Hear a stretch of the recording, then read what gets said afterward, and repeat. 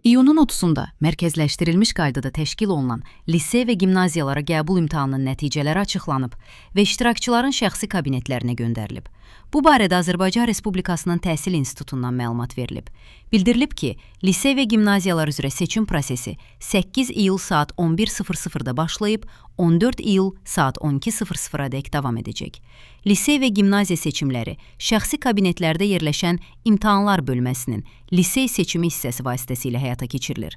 Bu mərhələdə namizədlər maksimum 3 lisey seçə bilərlər. Seçimdə 3 lisey qeyd etmək məcburi deyil.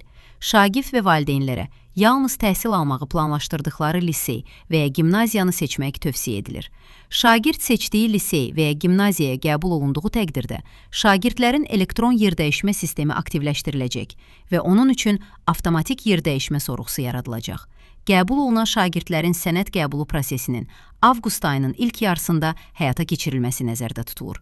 Qeyd olunub ki, qəbul imtahanı ölkə üzrə 41 müxtəlif imtahan mərkəzində təşkil olunub və prosesdə 7000-ə yaxın şagird iştirak edib. İmtahan prosesi bütün mərkəzlərdə uğurlu həyata keçirilib.